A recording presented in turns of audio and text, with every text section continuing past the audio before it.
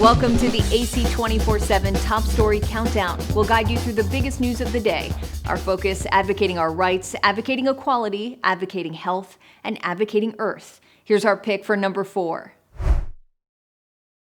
It looks like a shimmering sea that was once called a miracle in the desert. The Salton Riviera, beside the blue Salton Sea, is the place for you to take charge of your future. A Hollywood hideaway 3 hours from Los Angeles, where Sinatra and the Rat Pack played. But now, after decades of drought and farm runoff raising the water's salinity, the Salton Sea today is surrounded by dust and decay. The hope is that the chronic unemployment and poverty down here can be alleviated by the development of Lithium Valley. This gurgling and sputtering from underground gases potentially heralds a new beginning, a transformation from languishing vistas to Lithium Valley. These structures are called mud volcanoes when they're above ground. Geologist Michael McKibben explains deep underneath us, where two tectonic plates are pushing past each other, magma heats groundwater. And within that salty water, called brine, minerals dissolve, including the valuable metal lithium. This is the gold right here. Yes. Solid lithium is essential for electric vehicle batteries. Right now, most lithium battery production is in China, but experts say the Salton Sea region could provide enough lithium to move the U.S. toward lithium independence, supercharging our EV transition. Our intention is to be in construction this year and be in operation in 2025. Eric Spomer is CEO of Energy Source Minerals, one of 3 companies planning to draw lithium from the underground hot brine. This is where the separation begins. Yes, this is where the high temperature, high pressure fluids coming up into our high pressure separator. Boiling brine already fuels 11 Salton Sea geothermal power plants, among them Hudson Ranch 1. The brine steam spins its turbines, and that creates clean energy. The plan now is to extract dissolved lithium from that same brine. We developed a technology that is incredibly efficient at extracting lithium from brine and rejecting impurities. One of the hopes with lithium extraction is that it could bring vitality back to the Salton Sea and so much of what we're looking at all around us. Fewer than 10 years ago, this was underwater, and people who live in and around the area hope that with more money into the economy, at least a fraction of the Salton Sea can be restored to its former glory. Simply put, Ruben Hernandez, owner of the nearby Buckshot Deli and Diner, hopes a lithium boom leads to a boom in customers and a flood of tax revenue for a better future. My grandchildren will grow up here, he tells us. I hope they'll have good services and a good quality of life. That is, if lithium leads to a second miracle in the desert, one for our time and for the road ahead. On the banks of the Salton Sea, I'm Mike Valerio reporting. TheAdvocateChannel.com looks at the world through the lens of equality and inclusion. Subscribe, like, and share now. AC 24/7's Top Story Countdown continues with our producer's pick for number 3. A community reflects on the tragedy that unfolded in Uvalde, Texas 1 year ago. 19 fourth graders and 2 teachers were gunned down at Robb Elementary School just 2 days before summer break. I know that this last year we have gone through the fire,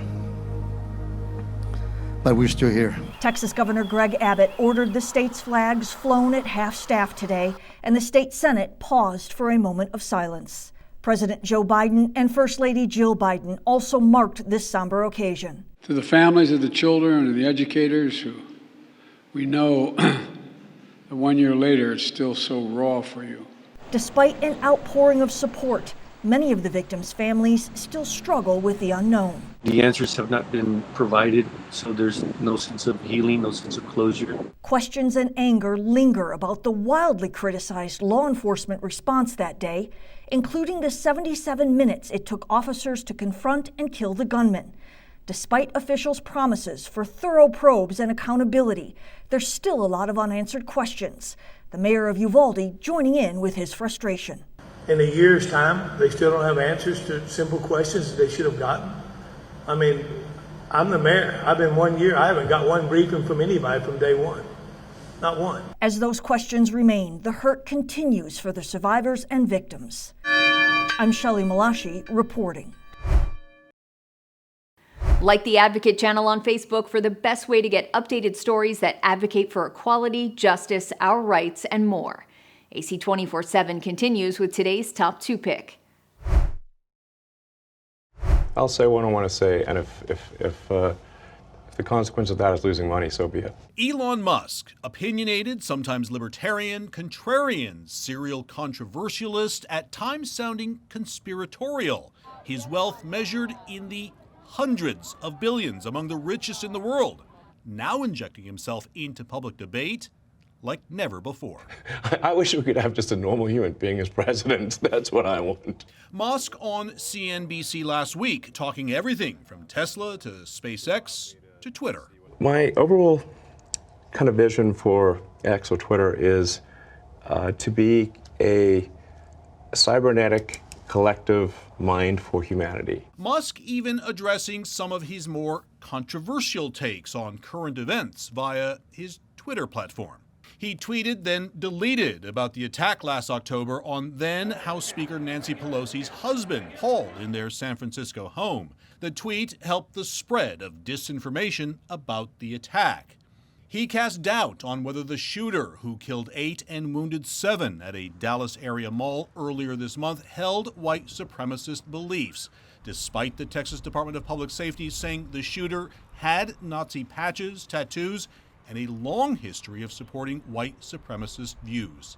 He tweeted his dislike for the billionaire and Democratic megadonor George Soros, helping drive anti-Semitic views about the Holocaust survivor. I said it reminds me of Magneto. This is like, calm down, people. This is not like made a federal case out of it. You said he wants to erode the very fabric of civilization, and Soros hates humanity. Like, when you do something like that, do you I think that's true. That's my opinion. On politics, Musk, opaque at best. He supported Obama, says he did not like Trump, voted for Biden, and is now disappointed with his performance, and has indicated many times he'd support Florida Governor Ron DeSantis, putting his choice for the next president this way to the Wall Street Journal. I think someone that is representative of the moderate views that I think most of the country holds in reality. Musk's own views often seem controversial for the sake of controversy. On COVID, Musk says he was vaccinated, but late last year he tweeted, "My pronouns are prosecute Fauci." Hardcore conservatives celebrated it. The medical community and many on the left were horrified. Follow the Advocate channel on Twitter and Instagram to stay updated on stories that matter every day. We're now at our number 1 story of the day. Take a look.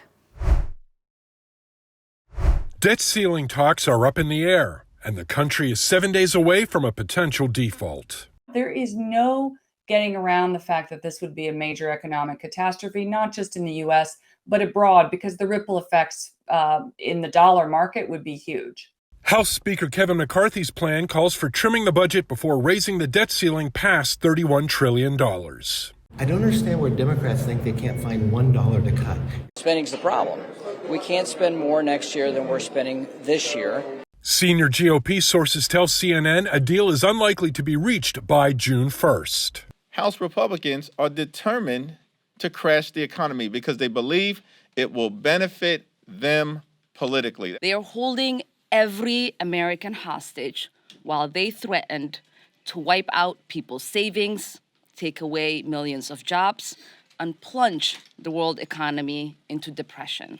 The U.S. reached the debt ceiling in January, and since then, the Treasury Department has taken extraordinary measures to keep afloat financially.